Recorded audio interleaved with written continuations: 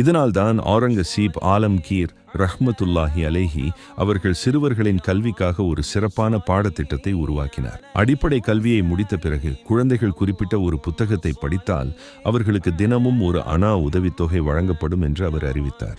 அதுவே அவர்கள் வேறொரு முக்கிய புத்தகத்தை படித்தால் தினசரி 4 அனாக்களும், இன்னும் உயர்வான மற்றொரு புத்தகத்தை படித்தால் தினசரி 8 அனாக்களும் உதவித்தொகையாக வழங்கப்பட்டது.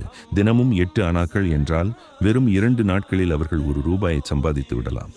11 கிராம் தங்கம் 60 முதல் 70 ரூபாய்க்கு விற்ற அந்த காலத்தில் இந்த தொகை எவ்வளவு பெரியது என்று கற்பனை செய்து பாருங்கள். கிராமமாக இருந்தாலும் சரி, நகரமாக இருந்தாலும் சரி, வங்கியில் இருந்து பணத்தை எடுப்பது போல தினமும் தங்களது உதவித்தொகையை பெற்றுக்கொள்ளலாம் என்ற நிலை இருந்தபோது குழந்தைகள் எவ்வளவு ஆர்வத்தோடு படித்திருப்பார்கள்.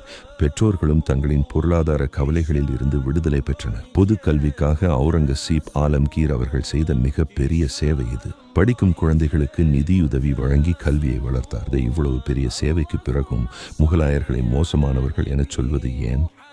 முகலாயர்களிடம் இருந்து ஆட்சியை கைப்பற்றிய ஆங்கிலேயர்களுக்கு அவர்கள் மீது இருந்த வெறுப்பை பற்றி மக்கள் ஏன் பேசுவதில்லை? இவ்வளவு பெரிய பேரரசை ஒரு முஸ்லிம் ஆட்சி செய்வதை ஆங்கிலேயர்கள் விரும்பவில்லை என்பதே உண்மை. இந்த காரணத்திற்காகத்தான் அவர்கள் வரலாற்றை தங்களுக்கு சாதகமாக திரித்து எழுதினர்.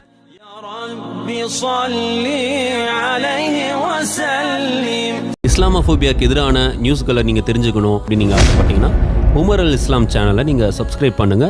அண்ட் இன்ஸ்டாகிராமில் பார்த்துக்கிட்டு இருந்தால் இதை நீங்கள் ஃபாலோ பண்ணுங்கள்.